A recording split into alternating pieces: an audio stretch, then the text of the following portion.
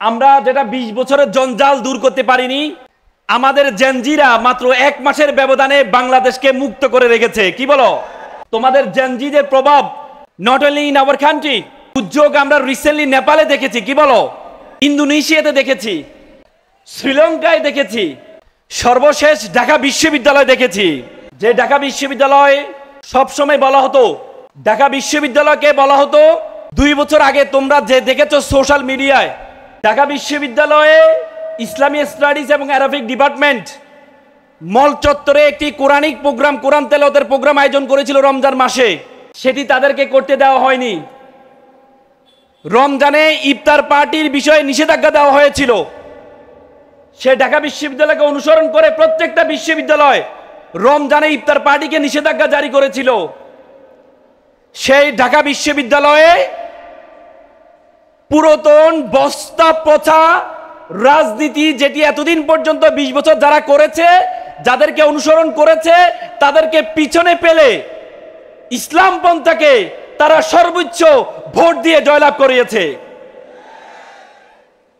তো সুতরাং এটা জেনজিদের সবচেয়ে বড় কন্ট্রিবিউশন।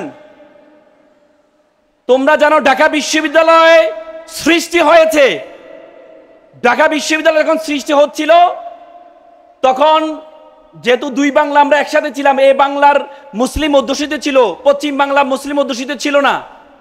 তখনকার হিন্দু যারা বড় বড় নেতৃবৃন্দ ছিল তারা বলেছে যেহেতু কলকাতা একটা বিশ্ববিদ্যালয় আছে, তো সুতরাং ঢাকায় একটা বিশ্ববিদ্যালয় কোনো প্রয়োজন নেই। স্বয়ং রবীন্দ্রনাথ ঠাকুর এটা বিরোধিতা করেছিল। তখন শুধুমাত্র মুসলমানদের কল্যাণের জন্য ঢাকা বিশ্ববিদ্যালয় তৈরি করা হয়েছিল। যে জাহাঙ্গীরনগর বিশ্ববিদ্যালয়, সেটি ছিল মুসলিম জাহাঙ্গীরনগর বিশ্ববিদ্যালয়, সেটিও তৈরি হয়েছিল মুসলমানদের কল্যাণের জন্য। কিন্তু আমরা এত বছরে দেখেছি সেখানে ইসলামের কথা বলা যেত না। আমরা বিশ্ববিদ্যালয়ের ছাত্র ছিলাম, আমরা ইসলামের কথা বলতে পারতাম না, আমরা সরাসরি নামাজ পড়তে পারতাম না। নতুন বাংলাদেশে জেনজিরা দেখিয়ে দিয়েছে বাংলাদেশকে যদি সুন্দর রাখতে হয় তাহলে ধর্মীয় মূল্যবোধে যারা বিশ্বাসী তারা ছাড়া বাংলাদেশকে সুন্দর রাখা সম্ভব না। তারা তাদের ব্যালটের মাধ্যমে সেটি দেখিয়েছে। আমরা তোমাদেরকে কংগ্রেচুলেট জানাচ্ছি। তোমরা যারা পাবনার সন্তান, আমি বিশ্বাস করি পাবনা, যদিও বলা হয় পাবনাকে বলা হয়, পাবনা শব্দটা পাবন নামক একজন দস্যু ছিল, তার নামে নামকরণ করা হয়েছে। এবং বাংলাদেশে বিভিন্ন জেলা বলা হয় পাবনা নাকি পাগলের জেলা। তা আমি একটু চিন্তা করলাম যে পাবনা কেন দস্যু? পাবনা হচ্ছে দস্যু হচ্ছে তাদের জন্য যারা স্বৈর শাসক, তাদের জন্য পাবনা একটা দস্যু। দেশের জন্য, কল্যাণের জন্য তারা পাগল পাড়া, এই জন্য তাদেরকে পাগল বলা হয়। ব্রিটিশ বিরোধী আন্দোলনে প্রথম কৃষক বিদ্রোহ পাবনাতে হয়েছিল।